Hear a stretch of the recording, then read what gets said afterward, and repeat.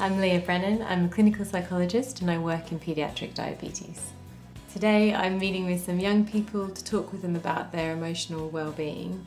It's really important for young people who have type 1 diabetes to also be meeting with a clinical psychologist, and that's because research tells us that having a diagnosis of type 1 diabetes means that they're more at risk for anxiety, depression and eating disorders than other young people their age.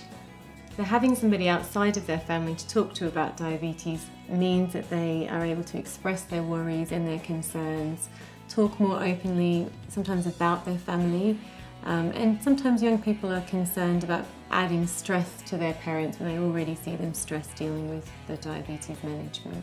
I'm Paige, I'm 13 and I got diagnosed with diabetes when I was 7 years old. At the moment, Leah's helping me battle anxiety. At school, there's a lot of people who stare when I test my sugar levels. We sometimes use a process called externalization, which means talking about diabetes as if it exists outside of the young person, and then that helps us to think about the relationship the young person or the family have with diabetes. I try and do that creatively and make it fun, especially for our younger patients. I have a series of dragon pictures that I use. We tend to think about diabetes as a dragon because dragons can shapeshift and take many different forms, and they can be big or they can be small pets that live in the corner.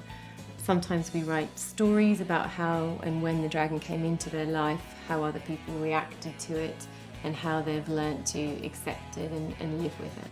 More that one because it looks like it's like standing up for itself, and I feel like that's like what I've been doing. I've been standing up to diabetes and not like letting it control my life. Leah has helped me by giving me different strategies to cope with anxiety, and they have proven to be really useful.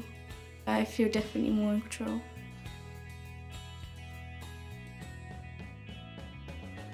With older children, that might involve some cognitive behavioural strategies to manage anxiety and depression, or if there's eating disorder issues, then that might involve a referral to a specialist eating disorders team.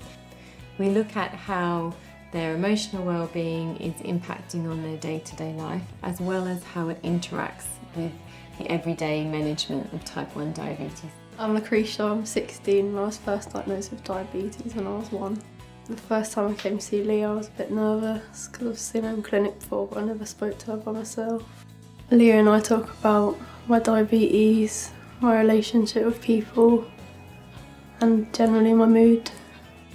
It sometimes makes you feel not normal. You've got to kind of segregate yourself from your friends. What do you mean by that? You have to take time away from, say if you're laughing with your friends and then you have to take blood, you've got to take time away from them, and that can be quite isolating. The other thing I wanted to check in with was around eating. Where's things at now with that? What are your thoughts about food and weight and just sort of checking in about it? I'm always a bit conscious about my weight. I think that's a pretty normal thing for a girl. Because we ask you to focus on food, don't we? We ask you to count your carbs and to look at what you're eating, to eat at certain times, and I wonder how those two things go together. I think it can make you a bit more conscious about it because you're actually looking more into detail what you're eating.